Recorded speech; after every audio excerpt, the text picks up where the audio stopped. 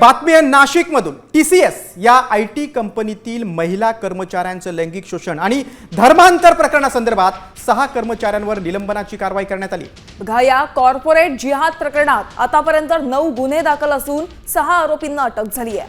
कंपनीने आपल्या zero tolerance धोरणामुळे कारवाई करत या 6 जणांना तत्काळ निलंबित केलंय। आपण अधिक माहिती घेऊया। आमचे प्रतिनिधी शिवाजी शिंदे आपल्याशी जोडले गेलेले आहेत। शिवाजी, संपूर्ण राज्याचं लक्ष खरात प्रकरणानंतर या IT कंपनीतल्या सगळ्या गंभीर प्रकाराकडे होतंय, काय अपडेट समोर आलेत आता?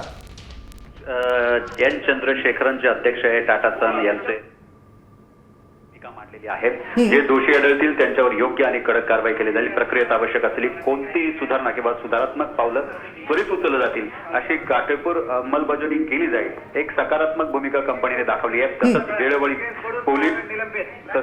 पोलीस ज्या पद्धतीने चौकशी करत आहे त्या सगळ्या चौकशीमध्ये कंपनी पूर्णपणे सहकार्य करेल आणि जे दोषी आढळलेले आहेत त्याच्यामध्ये सगळ्यांवर कारवाई केली जाईल।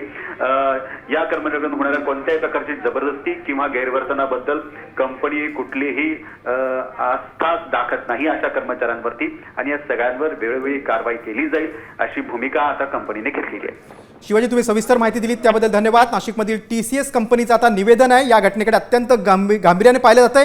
आरोपी कर्मचाऱ्यांवर कारवाई सुरू असल्याचं TCS कंपनीनं एका निवेदनाद्वारे कळवलेलं आहे। कॉर्पोरेट जिहाद प्रकरणी TCSचं निवेदन आहे।